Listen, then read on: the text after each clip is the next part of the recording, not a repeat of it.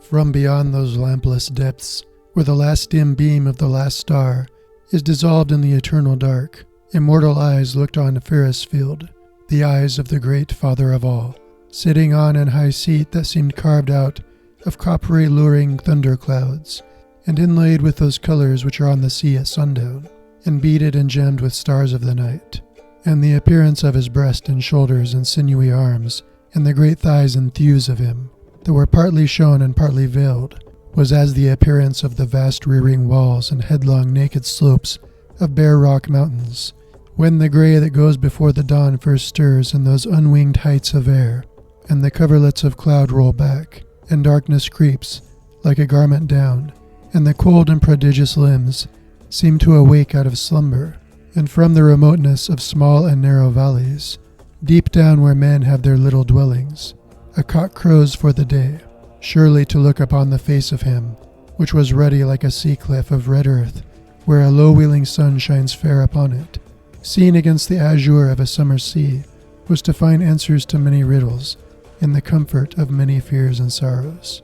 At his either shoulder those ravens of his, like two black clouds, shadowed with their wings. There was darkness about the high seat, and a music passing all music imagined by the mind of man, speaking those things which no tongue can utter, but men's hearts know them. And there were shapes about the high seat and above it, titanic, unclear, without stability, mountains, and giant forms of living creatures, and sleet and snows, and bearded stars traveling, and cities depopulate, and wild seas, and dreadful wolds, and forests, and burnings, and shapes and semblances of the enormous dead, all these blown by in a mist on a mighty wind that blew round about him. And that is the wind of eternity. And save the All-Father, there is none can abide the cold of that wind, nor sit in that seat, not even a god, not even those grey-faced maidens who carve and spin beside the well which is beneath the tree Yggdrasil, nor endure to comprehend at once all things, past, present, and to come, as, sitting there, the All-Father comprehendeth them. Now thronged the Einherjar into Valhalla, smoking from the fight, innumerable as the multitudinous clouds in a mackerel sky at eve, heroes of bliss, of many lands, chosen from many generations of men, and the voice of their talk and deep echoing laughter was like the sounding of the sea, and they were like unto gods in stature and seeming, and their weapons and rich apparel like to a sunset glory in a summer garden after rain. On a sudden our Father Odin lifted up a hand, and there was darkness in heaven, all save the light of the Father's face. And all they stood up and waited in the listening gloom.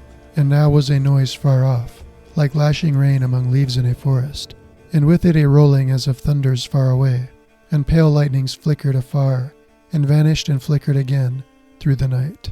Very slowly at first, then with swift strides it drew nearer, until the roar of the tempest was like the roar of cataracts fed to fury by a cloudburst among mountains. Then lightning streamed in rivers of molten steel and silver from the roof beams of that hall, which is lofty as the tent of night. And the Einherjar clashed their weapons together, and shouted with a shout that was heard above the deafening thunder. Hail to the choosers, the storm raisers! Hail to the shield maze of the Lord of Spears, the Father of Ages, the Loving One! Hail to the lords of earth whom they bring to join our fellowship! Therewith, their flying steeds swooping and balancing on the gale, like seagulls in wild weather, their spearheads and helms of gold a-sparkle in the lightning flare. Those maidens of victory rode up the night into Valhalla. When their horses tossed their manes, rain streamed from them, and from the froth of their bitted mouths snow came, and hail and sleet from their nostrils. Terrible and beautiful to look upon were those riding maidens, as fire or the ruinous thunderbolt, and each bare athwart her saddle bow the bloody corpse of a dead man slain. 9 times rode they on the whirlwind, and the rain high in air above the tables of the blessed in Valhalla. Then descending did obeisance unto the Most High, praising him and calling him by his holy names. Thunderer, Father of the slain, Feared One, God of the ravens, Blinder of hosts, the True One, the Almighty God. Then each in turn showed her chosen one to the All-Father, and craved leave to deliver him to those whose craft it is, to mend that which is broken, and put out the arrow, and close up the wound, and wake the great soul to receive again its proper body, now forever fair, forever desirable and strong, capable of all feats and of every pleasure that belongeth to the body of man, but of pain or decay or dissolution as little capable, as if a man should go about to blow out the noonday sun like a candle, or to batter down mountain peaks by smiting of them with a straw. Last of all, rode forth before the All-Father's face the Valkyrie Skogul. Like the brandishing of swords the lightnings played about her, and her black plunging horse champed flame. Yet sweet showed, even beneath the byrnie, the tender division of her breasts, and her countenance was like the golden morning kissing awake the high snow summits in the spring of the year.